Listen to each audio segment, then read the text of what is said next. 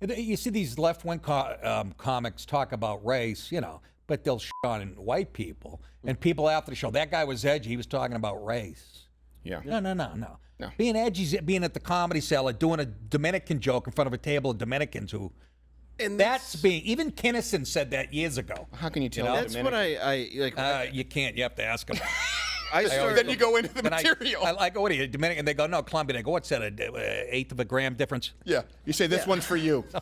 Some kind of cocaine joke. Casey Kasem's hits. That's like when I started in Detroit, it was as important to me to go into the urban rooms as, they like to say for blacks, to not sound racist. That's very liberal. The urban Even though rooms. people got outraged at our material on black farmers getting 50% of the revenue despite making up 1% of the farmers. Yeah. When you go back to Arsenio Hall and even Complex Magazine, I remember a seminar with YouTube, they were like, we're for the urban audience. And then when we say, well, yeah, urban, they're like, what are you saying? There aren't as many black people in the country?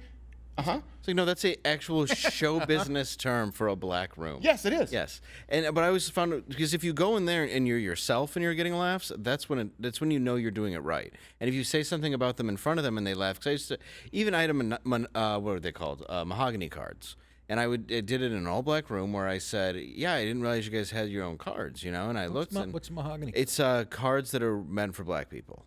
Quarter black nose. What kind of cards? Like mahogany cards. What it means like a deck of playing cards. Yeah. Oh, I'm sorry. I should be more specific. Like Hallmark cards, like Happy Birthday. Oh yeah, we got that. Yeah, congratulations. I you're always black. get black ones to be funny for my wife. Yeah, that's what So I made that joke on where I just said that. I go, they had everything. They were like sold out of everything, like Happy Birthday, Happy Valentine's Day. I said, well, except for Father's Day, that was overflowing.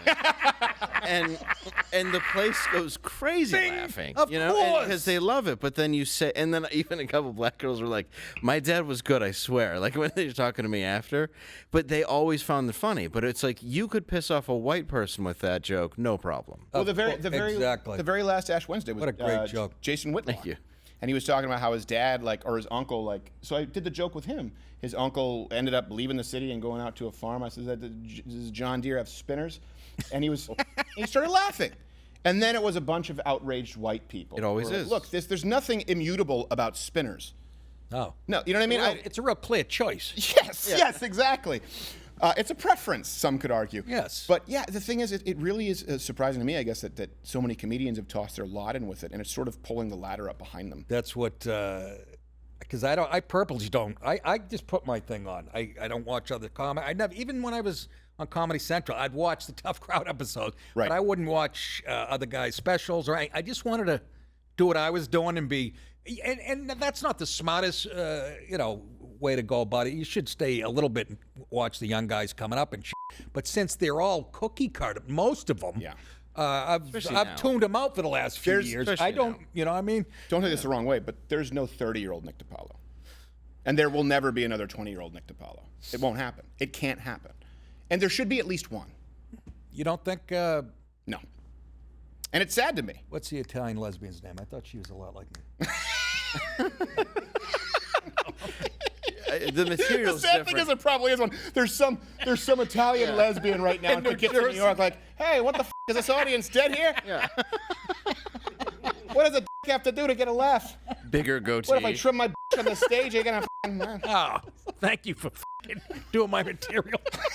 There's only one bad impression he did. It's just you, and it's a it's me doing jokes. It's a reboot of Tootsie with Nick DiPaolo.